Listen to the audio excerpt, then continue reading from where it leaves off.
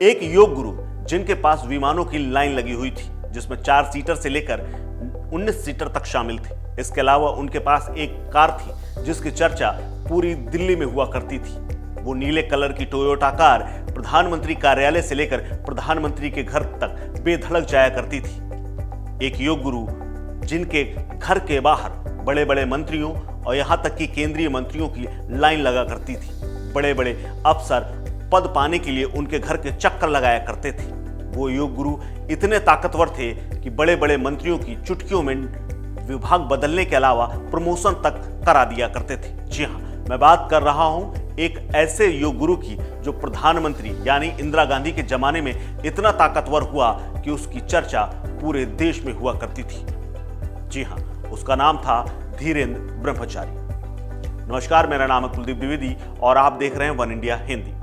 धीरेन्द्र ब्रह्मचारी की यूं तो कई कहानियां हैं, जिनमें से उसकी रसूख की सबसे ज्यादा चर्चित है। ब्रह्मचारी का जन्म 12 फरवरी 1924 को बिहार के मधुबनी जिले में हुआ था। शुरू में उसका नाम धीरेन्द्र चौधरी हुआ करता था। 13 वर्ष की आयु में ही उसने अपना घर छोड़ दिया और लखनऊ के पास गोपाल खेड़ा में महर्षि कार्तिकेय के योग शिक्षा केंद्र में भर्ती हो गया। स्वामी का कद 6 फुट से ज्यादा था और हमेशा एक कपड़े में वो रहा करते थे। एक पतला कपड़ा मलमल का उनके शरीर में लपेटे रहते थे। कहा यह जाता है कि उन्होंने कभी अपने जीवन में गर्म कपड़े नहीं पहने, भले ही वो श्रीनगर की सर्दी हो या फिर मॉस्को की 0 डिग्री में जमा देने वाला तापमान।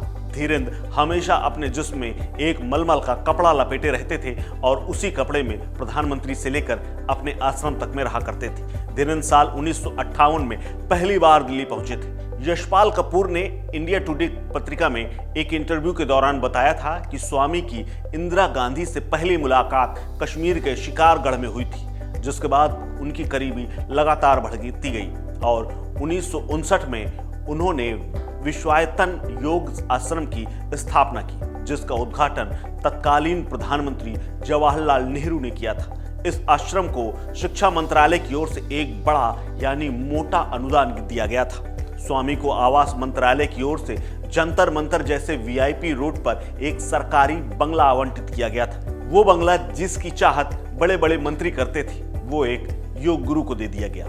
लेखक कैथरीन फ्रैंक, जिन्होंने इंदिरा गांधी की एक जीवनी लिखी है, उसमें उन्होंने जिक्र किया है कि ब्रह्मचारी ने सबसे पहले नेहरू जी को योग सिखाना शुरू किया और उसके बाद कुछ ही दिनों बाद कई राजनेताओं के घर में उसका आना जाना शुरू हो गया, जैसे लाल बहादुर शास्त्री, जयप्रकाश नारायण, मोरारजी देसाई और डॉक्टर राजेंद्र प्रसाद भी उनके अनुयायियों में शामिल थे। भारत के पूर्व प्रधानमंत्री इंद्र कुमार गुजराल भी उनसे पीड़ित थे। जी हाँ, उन्होंने अपनी आत्मकथा मैटर्स ऑफ डिक्रेशन एंड बायोग्राफी में धीरेन्द्र ब्रह्मचारी के दबदबे का विस्तार से जिक्र किया है।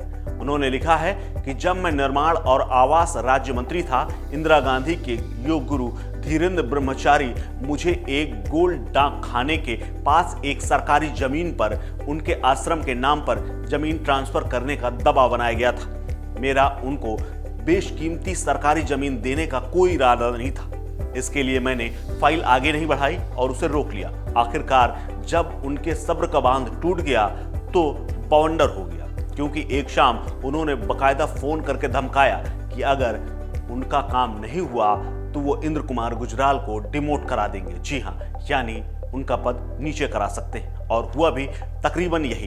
एक हफ्ते बाद जब मंत्रिमंडल में फेरबदल हुआ तो उमाशंकर दीक्षित को कैबिनेट मंत्री बनाकर इंद्र कुमार गुजराल के ऊपर बैठा दिया गया, यानी डिमोशन अपने आप हो गया। गुजराल आगे लिखते हैं कि अगले ही दिन जब मैं प्रधानमंत्री इंदिरा गांधी से मिला और उन्हें इस पूरी घटना की कहानी सुनाई, किस तरह से स्वामी ने उन्हें धमकाया है, तो वो चुप रहे। उन्होंने मुझे कोई जवाब नहीं दिया। दिलचस्प बात यह है कि उमाशंकर दीक्षित ने भी धीरेन्द्र ब्रह्मचारी की वो जमीन वाली फाइल को आगे बढ़ाने से इंकार कर दिया और वो जमीन देने से साफ साफ मुकर गए। नतीजा यह रहा कि कुछ दिनों बाद उनका भी तबादला कर दिया गया और हमारी जगह कहना मानने वाले मंत्री ढूंढ लिए गए। मतलब साफ है कि ब्रह्मचारी की इतनी चलती थी कि वो विभागों के मंत्रियों का तबादला और नीचे और ऊपर ही नहीं बल्कि उन्हें हटवा भी सकते थे। जी हाँ, यही नहीं, 1963 की बात है जब धीरेन्द्र ब्रह्मचारी ने तत्कालीन शिक्षा मंत्री केएल श्रीमाली से अपने योग केंद्र के अनुदान का नवीनीकरण करने का अनुरोध किया, क्योंकि उन्हें हर साल योग केंद्र के लिए एक मोटा अनुदान सरकार की तरफ से दिया जाता था। लेकिन श्रीमाली ने उल्टा उनसे पिछले साल दिए गए अनुदान की ऑडिट रिपोर्ट मांग ली, यानी पूरा लेखा जोखा मांग लिया, और इससे वो नाराज हो गए। इंदिरा गांधी ने यह मामला प्रधानमंत्री जवाहरलाल नेहरू के सामने उठाया। नेहरू ने श्रीमाली से बात की, लेकिन उन्होंने ब्रह्मचारी का अनुरोध मानने से साफ इनकार कर दिया। श्रीमाली के साथ फिर वही हुआ जो इंद्र कुमार गुजराल के साथ हुआ। श्रीमाली ने अगस्त 1963 में कामराज योजना के तहत त्याग पत्र दे दिया, लेकिन कुछ लोगों का यह भी कहना है कि उन्हें जानबूझकर नेहरू मंत्रिमंडल से निकालने का रास्ता साफ कर दिया गया। धीरेन्द्र ने अपनी पकड़ सिर्फ इंदिरा गांधी तक सीमित नहीं रखी थी, बल्कि उनके बेटे संजय गांधी में भी अपना प्रभाव छोड़ना शुरू कर दिया था। दरअसल दोनों विमान उड़ाने के शौकीन हुआ करते थे। उस वक्त स्वामी ने संजय की मारुति फैक्ट्री में 3 लाख रुपए का निवेश किया था। धीरेन्द्र ब्रह्मचारी के पास एक विमान हुआ करता था जिसका मॉडल था मॉल 5, जिसका इस्तेमाल संजय गांधी उड़ान के अभ्यास के लिए किया करते थे। इसी विमान से वो कई बार अमेठी और रायबरेली में प्रचार करने भी पहुंचे थे, यानी संजय और स्वामी में खूब बनने लगी थी। आपको बता दें कि संजय की मृत्यु के बाद भी उनके कई साथी ब्रह्मचारी के विरोध में खड़े हो गए थे। इंदिरा गांधी की जिंदगी के अंतिम चरण में धीरेन्द्र ब्रह्मचारी का सारा रसूख धीरे धीरे कम होता चला गया। दरअसल राजीव गांधी के उदय के साथ ही ब्रह्मचारी का पतन शुरू हो गया था। कैथरीन फ्रैंक इंदिरा गांधी की जीवनी में लिखते हैं कि ब्रह्मचारी राजीव के आने के बाद उनके प्रभाव में बेहद कमी आई थी, क्योंकि दोनों का व्यवहार और स्वभाव एकदम उलट था। ब्रह्मचारी तिकड़मी थे और पारदर्शी बिल्कुल भी नहीं थे, और उनके पाश्चात्य यानी वो मॉडर्न भी बिल्कुल नहीं थे। इसीलिए इंदिरा गांधी के घर में स्वामी की उपस्थिति को राजीव ने कभी भी पसंद नहीं किया था। अब जब उन्हें वहां से हटाने का मौका मिला तो राजीव गांधी ने इसमें कोई देर नहीं की। कहा जाता है कि जब इंदिरा गांधी का अंतिम संस्कार किया जा रहा था तो स्वामी उस चबूतरे में पहुंच गए थे जहां उनका पार्थिव शरीर रखा गया था। राजीव गांधी के निर्देश पर धीरेन्द्र ब्रह्मचारी को वहां से नीचे उतर जाने के लिए कहा गया था, और उसके बाद उन्हें दोबारा वहां आसपास फटकने भी नहीं दिया गया जहां इंदिरा गांधी का अंतिम संस्कार किया जा रहा था। संजय गांधी की तरह ही धीरेन्द्र ब्रह्मचारी की मौत भी जून के महीने में विमान दुर्घटना में हुई। उस समय 100 एकड़ का एक जो भूभाग उन्होंने लिया था उसका हवाई सर्वेक्षण करने पहुंचे थे, जिसे कुछ समय पहले ही उन्होंने खरीदा था, और ये कहा जा रहा था कि आश्रम का वो विस्तार करने वाले हैं।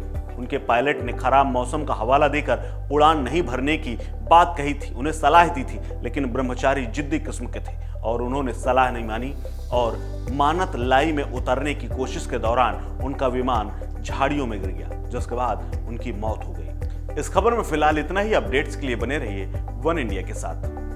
नमस्कार।